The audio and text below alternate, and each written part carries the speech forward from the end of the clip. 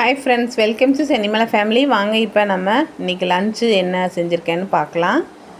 அவரை விதை குழம்பும், அவரைக்காய் ரொம்ப முத்தி போயிடுச்சா அதிலிருந்து அந்த விதைகளையெல்லாம் எடுத்து வச்சுருந்தாங்க.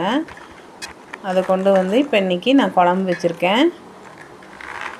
சிறுகீரை பொரியல் செஞ்சுட்டேன். கடாயை அடுப்பில் வச்சு கொஞ்சம் எண்ணெய் ஊற்றிட்டு கடுகு போட்டுக்கணும்.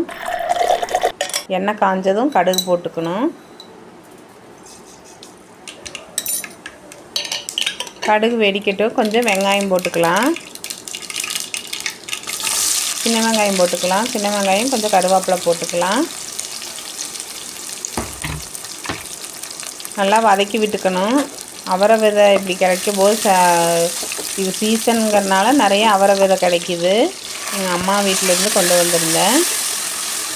இங்கே நிறையா இருக்கிறதுனால நிறைய அவரை விதைகளையெல்லாம் எடுத்து வச்சு பச்சை அவரை விதை நல்லாயிருக்கு, டேஸ்ட்டாக இருக்கும். தக்காளி போட்டுட்டு கொஞ்சம் உப்பு போட்டுட்டேன். இஞ்சி பூண்டு பேஸ்ட்டு கொஞ்சமாக போட்டுக்கலாம்.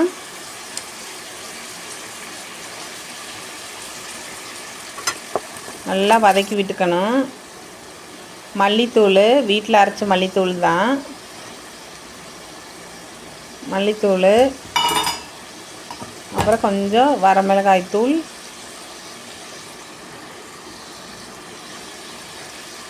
கொஞ்சமாக வரமிளகாய் தூள், அப்புறம் மஞ்சத்தூள். மஞ்சத்தூள் வந்து 1 ஸ்பூன் போட்டால் போதும்.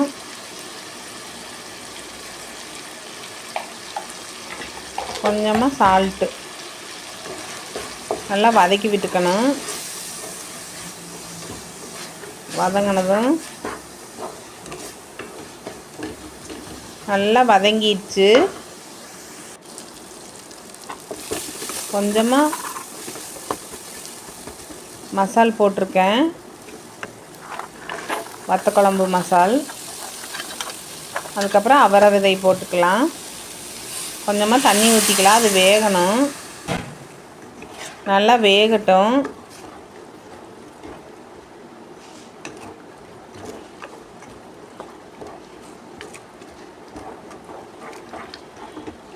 நல்லா கலக்கி விட்டுட்டு கொஞ்சம் வேகட்டும்.